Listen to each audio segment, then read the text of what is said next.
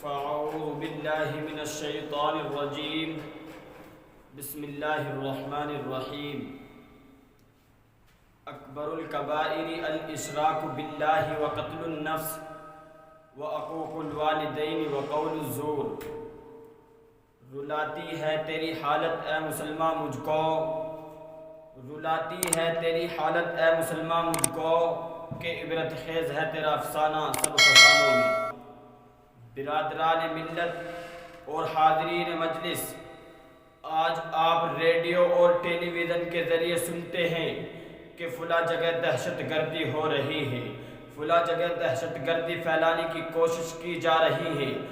آج دہشت گردوں نے اتنے لوگوں کو موت کی گھاٹ اتار دیا، اتنے لوگوں کی جانیں ضائع ہو گئی، اتنے املاک برباد ہو گئے، اور ان سارے جرائم کا مجرم اسلام اور اسلام کے نام لیواؤں کو قرار دیا جا رہا ہے۔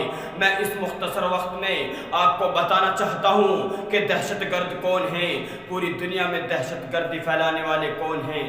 روئے زمین کے باشندوں کی نیند کس نے حرام کی ہے؟ کیا اس کے ملزم واقعتاً اسلام اور اسلام کے نام لیوا ہیں؟ یاد رہے، پر وہ کسی کی سوچی سمجھی سازش نہیں ہے۔ دوستو اور اسلام کے پروانوں، اسلامی تاریخ کے مطالعہ کرنے والے جانتے ہیں کہ اسلام نے ہمیشہ امن و شانتی کی دعوت دی ہے، صلح و آشتی کی دعوت دی ہے، آپسی محبت و الفت کی دعوت دی ہے، اخوت و بھائی چارگی کی دعوت دی ہے، میل و ملاح اور خیر سگالی کی دعوت دی ہے، نصیحت و خیر خواہی کی دعوت دی ہے، ظلم و زیادتی سے روکا ہے، فتنہ و فساد سے روکا ہے، حق و تلفی اور حق مارنے سے روکا ہے، خواہ مخواہ کے نزاعات سے روکا ہے۔ اسلام کے عدل و انصاف اور دعوت امن و شانتی کا اندازہ لگانے کے لیے ضروری ہے قبل اسلام کے حالات سے واقف ہوں کہ اسلام سے پہلے دنیا کیسے کیسے حالات سے گزری ہے۔ دوستو، چھٹی صدی عیسوی میں دنیا بڑی ہی اضطرابی اور بے قراری کی حالت میں اپنے لمحات گزارا کر رہی تھی۔ ہر طرف فتنہ و فساد پھیلا ہوا تھا، دوسروں پر ظلم و زیادتی کرنے کو اپنی بڑائی کی دلیل سمجھی جاتی تھی، دوسروں کے حقوق کو دبانا ایک قابل فخر کارنامہ سمجھا جاتا تھا، ایک بادشاہ کا دوسرے بادشاہ کے ملک میں داخل ہو کر خون خرابہ کرنا ایک قابل قدر کارنامہ سمجھا جاتا تھا، غریب و نادار اور معذور لوگوں کو معاف تک نہیں کیا تھا، شیرخوار بچے کو دیوار پر زور سے مارا جاتا جس سے بچے کا بھیجا نکل کر باہر آ جاتا۔ کیسر و کسریٰ کی تاریخ کسے معلوم نہیں، روم ایران کی ویرانی کسے یاد نہیں، بخت نصر کے قتل عام سے کون واقف نہیں، جنگ کلاب کی بے دردی سے کون آشنا نہیں۔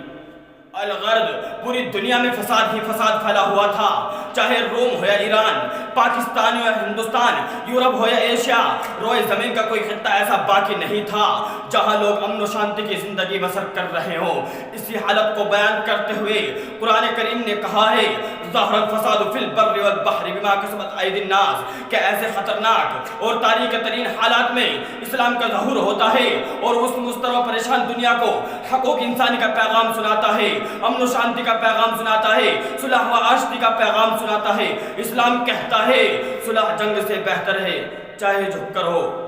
صلح حدیبیہ کی تاریخ کسے معلوم نہیں، مسلمانوں کو کس طرح فنائے سفر راستے میں روک گیا۔ قرآن کریم کہتا ہے ناجائز کسی کو قتل کرنا جائز نہیں، کسی کے املاک کو ہلاک کرنا جائز نہیں، کسی پر ظلم و زیادتی کرنا فساد اور دہشت گردی ہے، اور اللہ تبارک و تعالی فساد اور دہشت گردی پسند نہیں کرتا۔ قرآن کریم کی ایک آیت امن کی دعوت دیتی ہے اور دہشت گردی سے روکتی ہے، لیکن آج میڈیا کے ذریعے اسلامی تعلیمات کو مذہب کرنے کی کوشش کی گئی، اسے دنیا والوں کے سامنے بدنام کیا گیا۔ جو امن و شانتی کا داعی تھا اسے دنیا والوں کے سامنے مجرم بنا کر پیش کیا گیا، لوگوں کو اس سے نفرت دلائی گئی۔ خرد کا نام جنو رکھ دیا، جنو کا نام خرد، جو چاہے آپ کا حسن کرشمہ ساز کرے۔ لیکن میں پوچھتا ہوں کہ اسلام کے بدنام کرنے والوں، اگر اسلام ایک دہشت گرد مذہب ہے تو نبی کریم صلی اللہ علیہ وسلم کے زمانے میں دہشت گردی کیوں نہیں؟ ابو بکر صدیق رضی اللہ عنہ کے زمانے میں دہشت گردی کیوں نہیں؟ عمر فاروق رضی اللہ عنہ کے زمانے میں دہشت گردی کیوں نہیں؟ علی حیدر رضی اللہ عنہ کے زمانے میں دہشت گردی کیوں نہیں؟ مغلیہ سلطنت کے زمانے میں دہشت گردی کیوں نہیں؟ جب ان کے پاس اس وقت قوت تھی، طاقت تھی، وہ دنیا کو تہو بالا کر سکتے تھے، لیکن آج جب کہ وہ کمزور ہو چکے ہیں، ان کی حکومت ختم ہو چکی ہے، وہ محکومی اور مفلوق الحال زندگی بسر کر رہے ہیں، ان پر دہشت گردی کا الزام کیوں لگایا جا رہا ہے؟ کیا اس کے پیچھے کوئی سوچی سمجھی سازش اور تشدد و پلاننگ نہیں ہے؟ روئے زمین کے مسلمانوں کے خون سے ہولی کھیلی گئی، مسلمان عورتوں کی عفت عصمت کو پامال کیا گیا، ان کی آبرو ریزی کی گئی، ان کے دامن حیا کو تار تار کیا گیا، اور کیا جا رہا ہے، لیکن کہیں سے اس کی بندش اور روک تھام کی آواز نہیں اٹھ رہی ہے۔ میڈیا میں کبھی یہ نہیں کہا جاتا کہ ان پر ظلم و زیادتی ہو رہی ہے، ان کے حقوق پامال کیے جا رہے ہیں۔ یہودی اور عیسائی کے لعاب دہن کی قیمت ہے، مسلمانوں کے خون کی کوئی قیمت نہیں، اور اس پر ظلم بالائے ظلم یہ ہے کہ میڈیا میں اسے مجرم و خطا کار بنا کر پیش کیا جاتا ہے۔ لہذا پہلے یہ طے کرو کہ دہشت گردی کسے کہتے ہیں۔ کیا جان و مال کی حفاظت کرنے کا نام دہشت گردی ہے؟ اپنے وطن سے محبت رکھنے کا نام دہشت گردی ہے؟ اپنے وطن پر قربان ہونے کا نام دہشت گردی ہے؟ جائز حقوق کے مطالعہ کرنے کا نام دہشت گردی ہے؟